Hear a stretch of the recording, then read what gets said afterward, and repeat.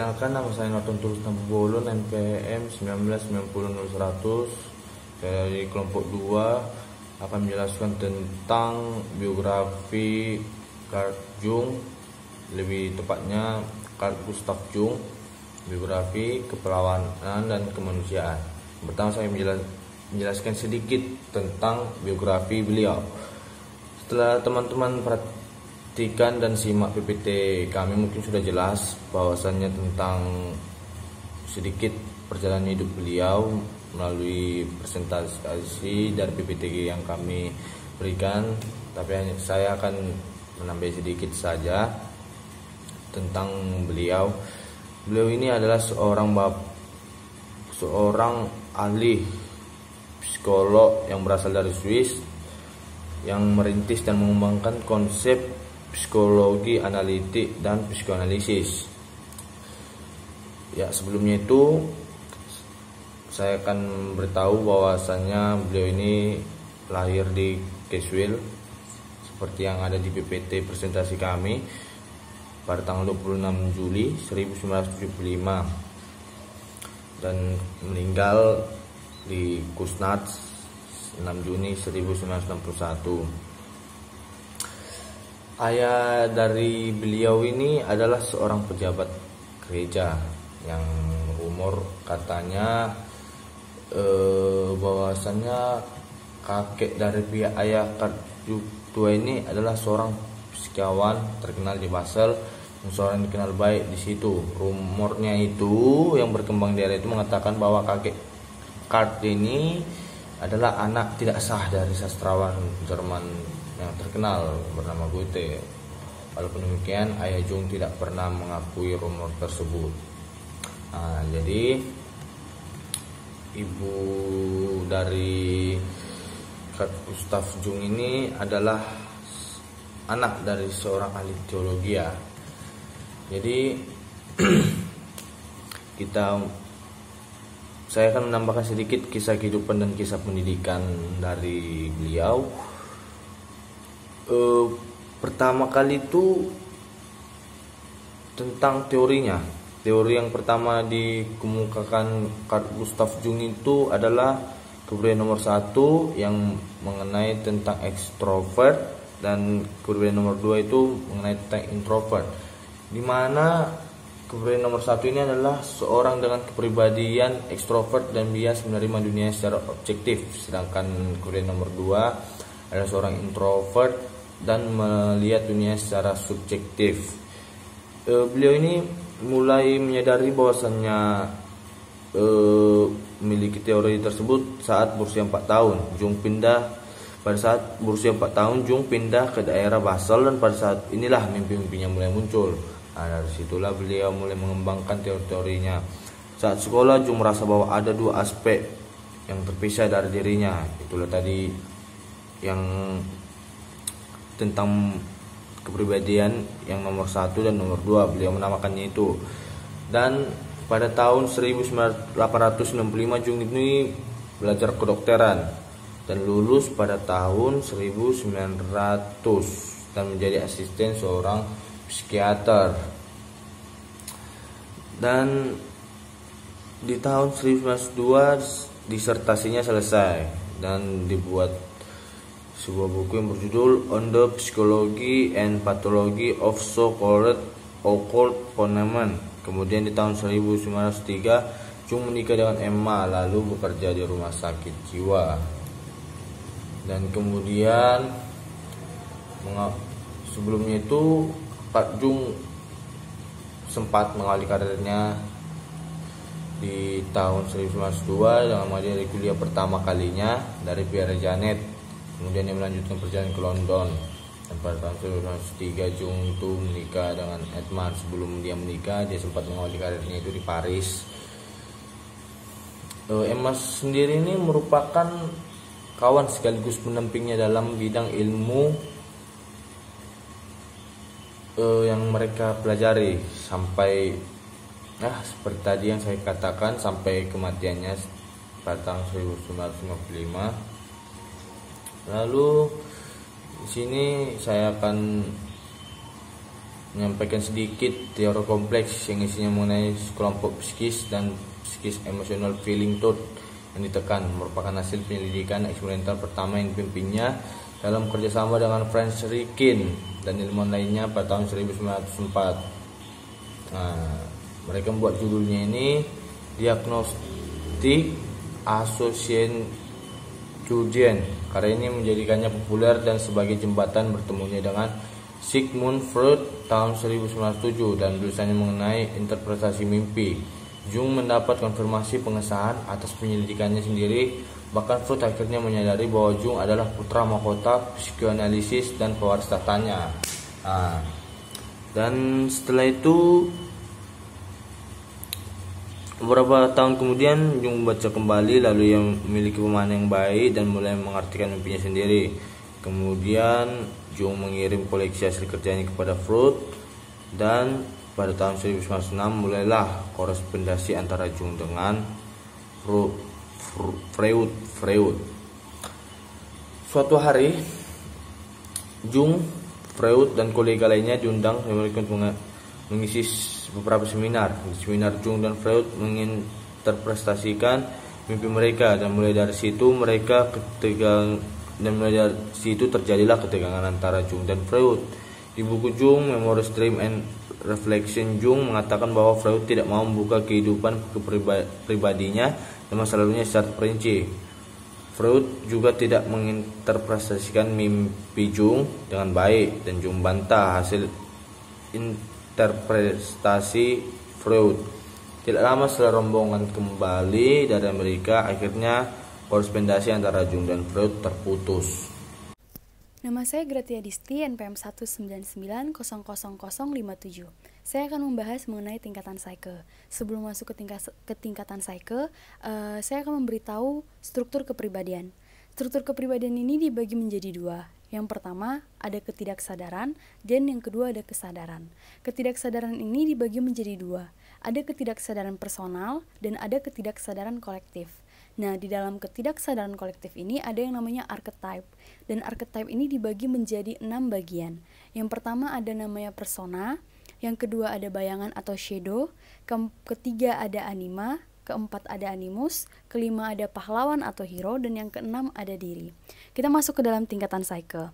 Jadi, sama seperti Freud yang menyatakan kalau jiwa atau pikiran manusia ini memiliki tingkatan. Ada tingkatan sadar dan ketidaksadaran. Namun, bedanya dengan Freud, Jung sangat menekankan bahwa bagian paling penting dari alam bawah sadar ini muncul bukan dari pengalaman pribadi saja, tetapi dari masa lalu yang tidak kita ketahui. Selanjutnya kita masuk ke dalam kesadaran. Kesadaran adalah sebuah fenomena intermittent ketika seseorang memasuki ketidaksadaran. Nah, jadi kapan ketidaksadaran ini muncul? Saat kita tertidur. Nah, di bayangan si Jung tentang kesadaran itu, kesadaran sebagai sesuatu yang bisa dirasakan oleh ego. Jung melihat kalau ego sebagai pusat dari kesadaran, namun bukan inti dari kesadaran itu sendiri. Maksudnya tuh, ego ini bukan inti dari kepribadian kita, melainkan diri kita inilah yang merupakan inti dari kepribadian yang kebanyakan diantaranya merupakan ketidaksadaran. Selanjutnya kita masuk ke bagian ketidaksadaran. Jung membagi ketidaksadaran menjadi dua. Ada ketidaksadaran personal dan ketidaksadaran kolektif.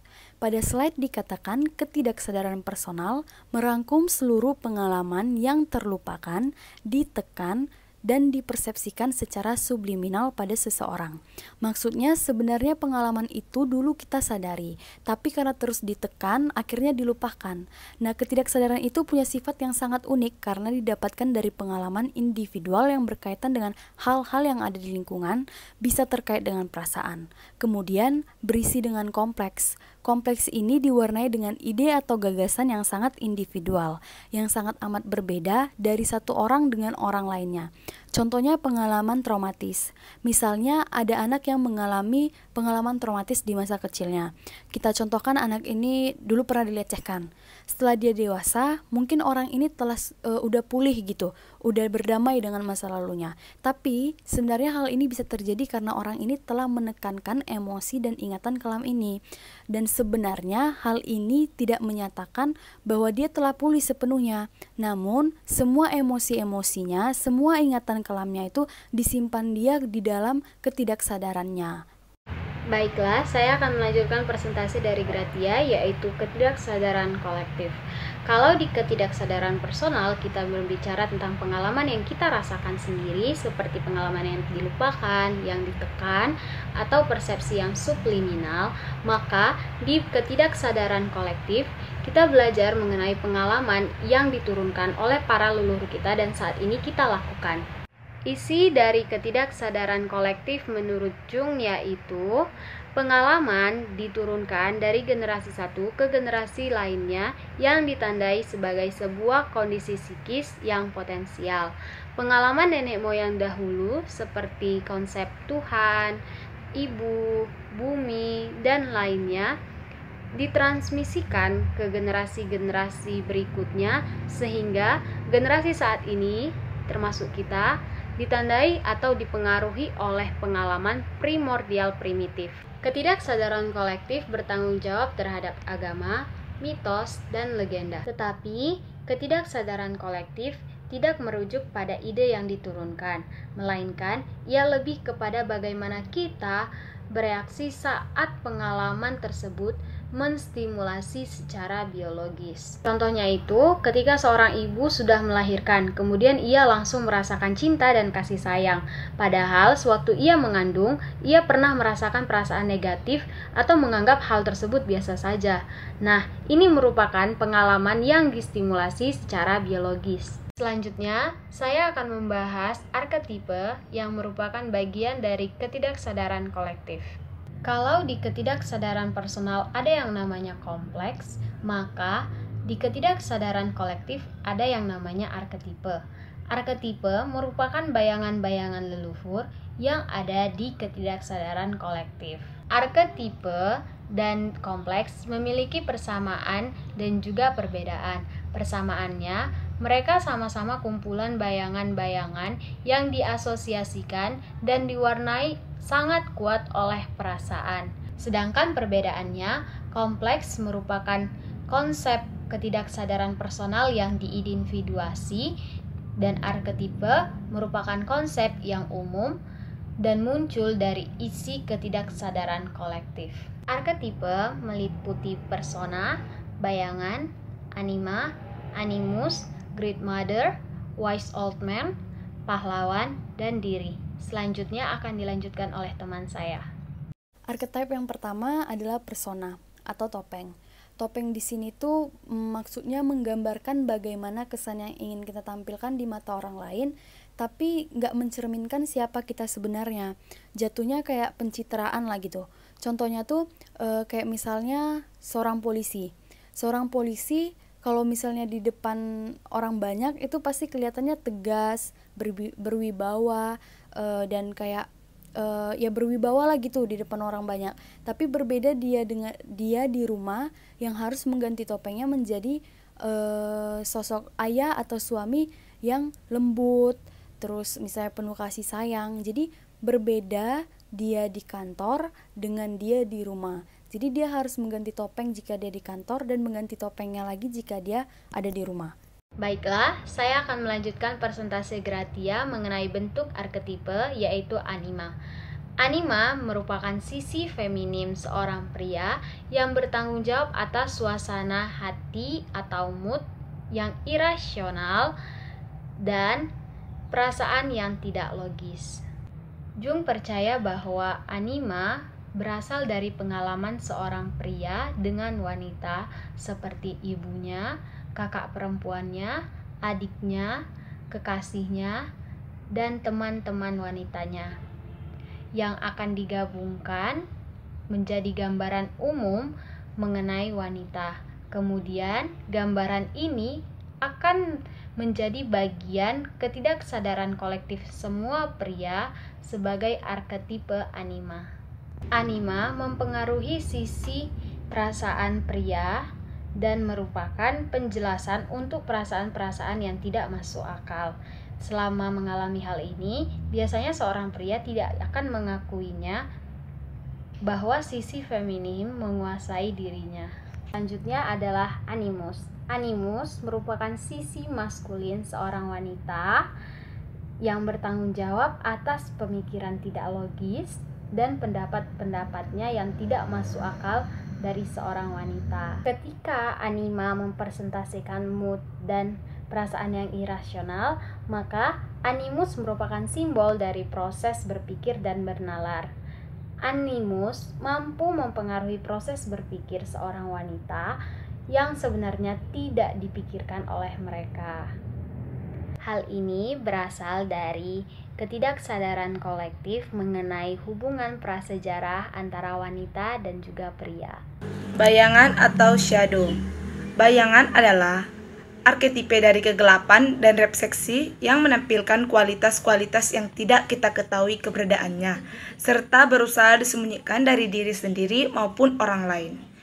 Jung bersikeras bahwa sepenuhnya kita harus bertahan secara berkesinambungan untuk mengetahui bayangan kita, dan ini merupakan pencarian dan ujian keberanian yang pertama. Menurut Jung, lebih mudah memproyeksikan sisi gelap kepribadian kita pada orang lain dengan menggunakan kejelekan dan sifat jahat pada orang lain yang tidak ingin kita lihat pada diri sendiri. Perkenalkan, nama saya Ivana Lisa Nenggolan, NPM saya 1990097. Saya akan melanjutkan materi saya tentang Great Mother. Great Mother yaitu Ibu Agung dan orang tua bijaksana itu adalah Wis Ome. Dua arketipe lain yang diturunkan dari anima dan animus setiap orang. Setiap pria maupun wanita memiliki arketipe Great Mother. Great Mother menampilkan dua dorongan yang berlawanan, yaitu pengasuh atau kekuatan dan penghancur. Selanjutnya Wis Ome. Wis Ome merupakan arketipe dari kebijaksanaan dan keberartian yang menyimbolkan pengetahuan manusia akan misteri kehidupan. Seorang yang didominasikan oleh arketipe jenis ini mungkin akan lebih banyak mengikut dan menggunakan pendapat yang didengar dan meyakinkan, tetapi sesungguhnya tidak berarti karena kolektif yang tidak dapat menggunakan kebijakan individu tertentu. Selanjutnya itu pahlawan atau hero. Carl Gustav Jung ini. Sini dikatakan direpresentasikan dalam mitologi dan legenda sebagai seorang yang sangat kuat, bahkan terkadang merupakan bagian dari Tuhan yang memerangi kejahatan dalam bentuk naga, monster atau iblis. Asal muasal pahlawan bermula dari masa awal sejarah manusia hingga timbul kesadaran. Ketika mengalahkan seorang karakter jahat, seseorang pahlawan secara simbolis mengatasi masalah ketidaksadaran pramanusia. Arketipe ini atau pahlawan ini juga mengenai seorang pahlawan yang memenangi pertempuran, mempresentasikan kemenangan dalam mengatasi kegelapan atau masalah. Dikutip dari Jung 1951 dan 1959b. Diri atau self. Jung mempercayai bahwa setiap orang memiliki kecenderungan untuk bergerak menuju perubahan, kesempurnaan, dan kelengkapan yang diwarisi. Sebuah arketipe yang paling komprehensif dibandingkan arketipe lainnya. Arketipe ini memiliki komponen kesadaran dan personal, tetapi itu semua sebagian besar dibentuk oleh gambaran-gambaran ketidaksadaran kolektif. Diri juga disimbolkan sebagai ide seseorang akan kesempurnaan, keutuhan, dan kelengkapan.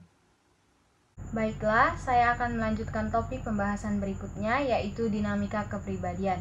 Dinamika kepribadian dibagi atas dua topik pembahasan, yaitu kausalitas dan teleologi, dan yang kedua progresi dan juga regresi. Saya akan membahas materi tentang kausalitas dan teleologi. Apa itu kausalitas? Kausalitas adalah pengalaman masa kini, kondisi saat ini, dan pengalaman kita yang asli.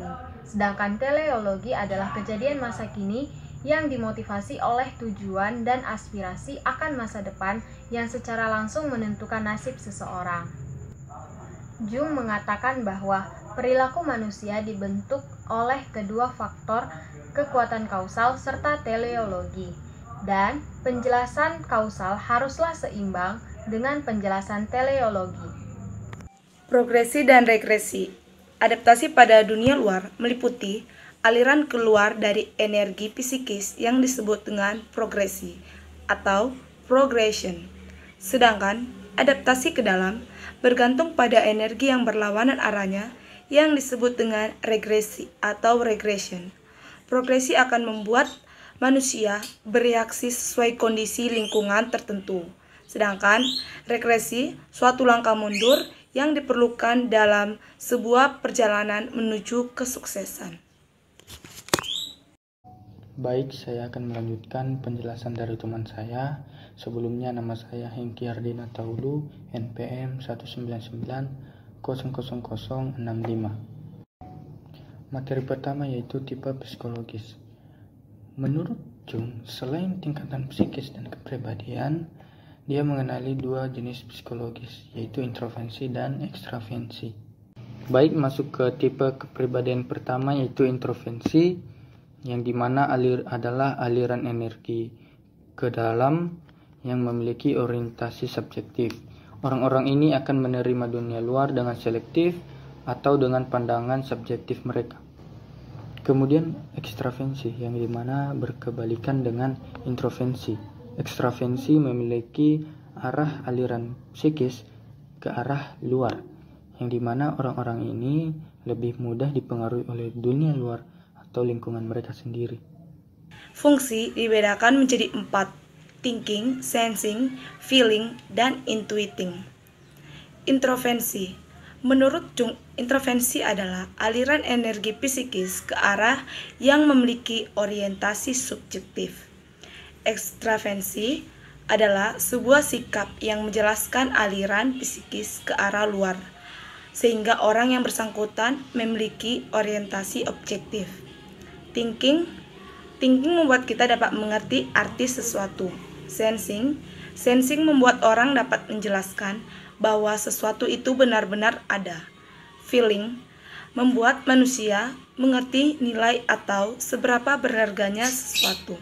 Sedangkan intuiting dapat membuat manusia mengetahui sesuatu tanpa mengetahui bagaimana caranya.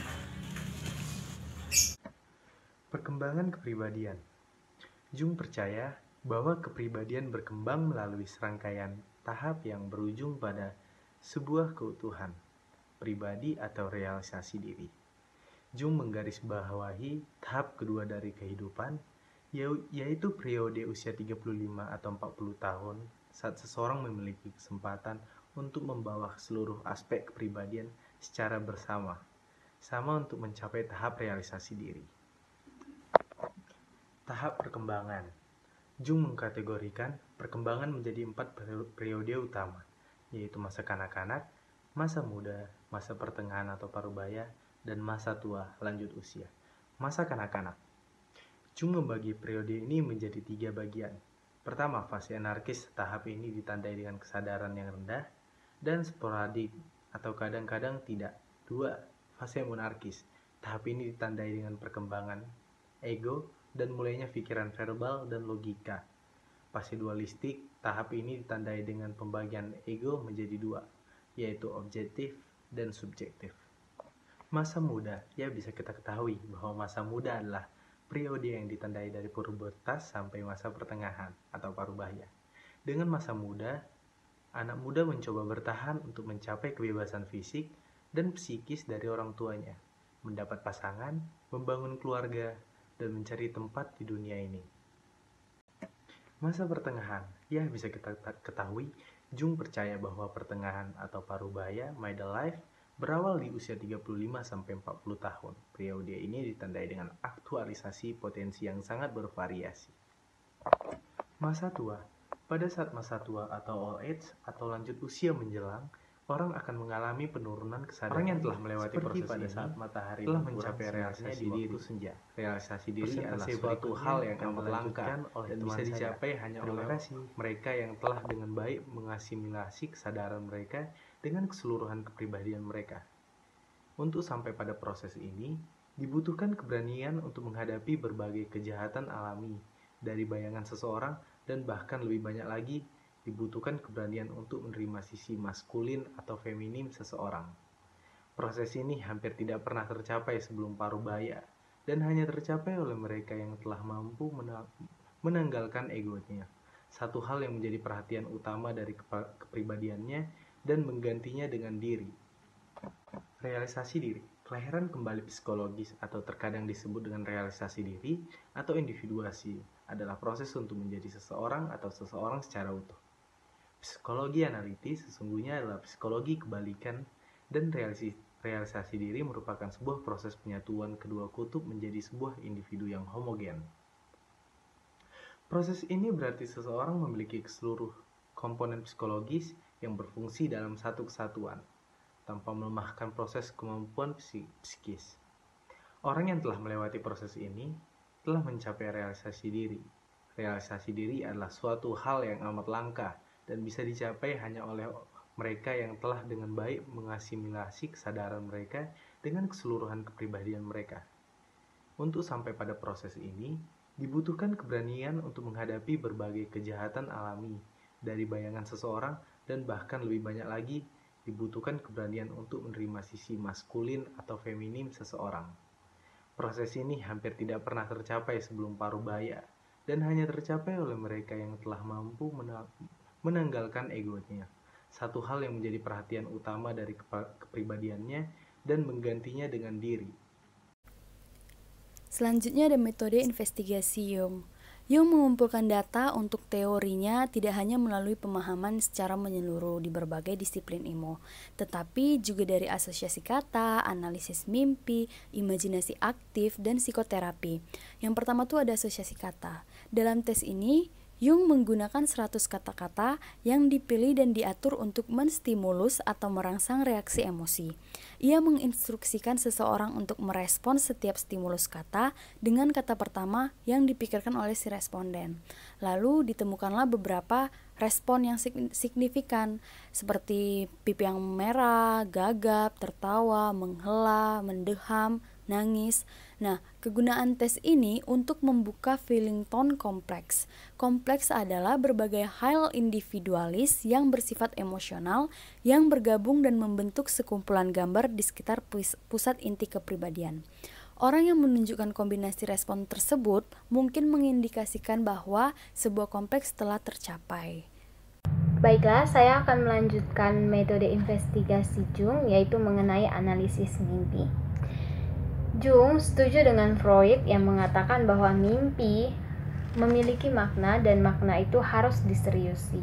Tetapi, tetap saja ia keberatan dengan pendapat Freud yang mengatakan bahwa hampir semua mimpi adalah sebuah bentuk keinginan, simbol, serta kebutuhan seksual. Jung percaya bahwa orang menggunakan simbol untuk merepresentasikan berbagai konsep agar dapat memahami berbagai hal yang ada di luar jangkauan pengetahuan manusia. Maksud dari interpretasi mimpi Jungian adalah untuk membuka elemen dari ketidaksadaran personal dan kolektif, serta mengintegrasikannya dalam sebuah kesadaran untuk memfasilitasi proses realisasi diri. Jung merasa yakin bahwa mimpi menawarkan bukti adanya ketidaksadaran kolektif. Mimpi ini termasuk mimpi besar atau big dreams yang memiliki arti khusus bagi semua orang. Yang kedua, mimpi umum atau typical dreams merupakan mimpi yang umum bagi kebanyakan orang. Dan yang ketiga, mimpi paling awal yang diingat atau earliest dreams remembered. Saya akan menjelaskan arti ketiga mimpi tersebut. Yang pertama, mimpi besar. Dalam Memories, Dreams, and Reflections, Jung menulis tentang sebuah mimpi besar yang ia alami ketika ia berkeliling Amerika Serikat dengan Freud pada tahun 1909. Kita bisa membukanya sama-sama di buku halaman 148. Kemudian yaitu mimpi biasa. Mimpi biasa merupakan mimpi yang biasa dialami oleh kebanyakan orang, seperti ketika kita bermimpi ibu kita, ayah kita, adik kita memimpikan Tuhan, iblis, dan sebagainya. Dan yang terakhir adalah mimpi paling awal yang diingat, merupakan mimpi yang dialami saat kita berusia 3 atau 4 tahun, yang dimana dalam mimpi tersebut mengandung banyak unsur mitologis, gambaran, dan motif simbol yang tidak dapat dijelaskan oleh kita sewaktu anak-anak. Kemudian imajinasi aktif, yang dimana metode ini digunakan Jung untuk menganalisis dirinya maupun pasiennya, yang dimana diawali dengan impresi berupa visi, mimpi, tampilan, atau fantasi milik seseorang. Dan orang ini kemudian berkonsentrasi dan impresinya mulai bergerak. Lanjut ada psikoterapi. Tujuan utama terapis ini adalah seorang terapis hanya mampu membantu pasien-pasiennya setelah melakukan transformasi dengan membangun falsafah hidup yang mapan melalui individuasi keseluruhan atau realisasi diri. Nah, si Jung ini juga memperkenalkan ada satu istilah, yaitu istilah transfer balik. Istilah ini digunakan untuk menggambarkan perasaan terapis pada pasien-pasiennya. Yang ketiga, kritik terhadap Jung. Seperti teori pada umumnya, psikologi analitis juga harus dapat memenuhi 6 karakteristik teori. Yang pertama, teori yang bermanfaat harus menghasilkan hipotesis dan kajian yang deskriptif. Yang kedua, sebuah teori harus mempunyai kapasitas untuk diidentifikasi. Yang ketiga, suatu teori yang bermanfaat perlu mengorganisir pengamatan ke dalam suatu kerangka yang bermakna. Yang keempat, teori yang bermanfaat adalah kemampuan teori tersebut diterapkan.